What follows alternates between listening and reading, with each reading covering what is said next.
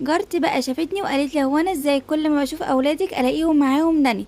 ده في بقى مواد حافظه كتير وانتي كده بقى بتضريهم ومش بتفيديهم خالص. فانا بقى فكرت في كلامها وقررت ان انا بعد كده مش هجيبه من بره واعمله لهم في البيت. جبت بقى الحله بتاعتي وحطيت فيها معلقه كبيره من النشا ومعلقه كبيره من الدقيق الابيض وكمان معلقه كبيره من الكاكاو الخام. حطيت بقى عليهم باكيت من النسكويك، ده اختياري ممكن نستغنى عنه. وحطيت بقى معلقتين كبار من السكر و3 كوبايات من الحليب، وقلبتهم بقى على نار متوسطة لحد بقى ما القوام معايا تقل. وبعد كده بقى حطيت معلقة كبيرة من الشوكولاتة المبشورة وقلبتها بقى كويس جدا لحد ما دابت.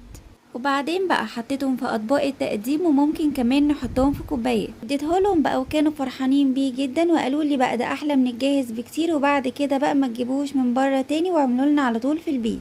وفعلا طعمه كان جميل جدا وكمان سهل وسريع وبمكونات كلها هتلاقيها عندك في البيت. ما تنسيش بقى تدعميني باللايك والمتابعة.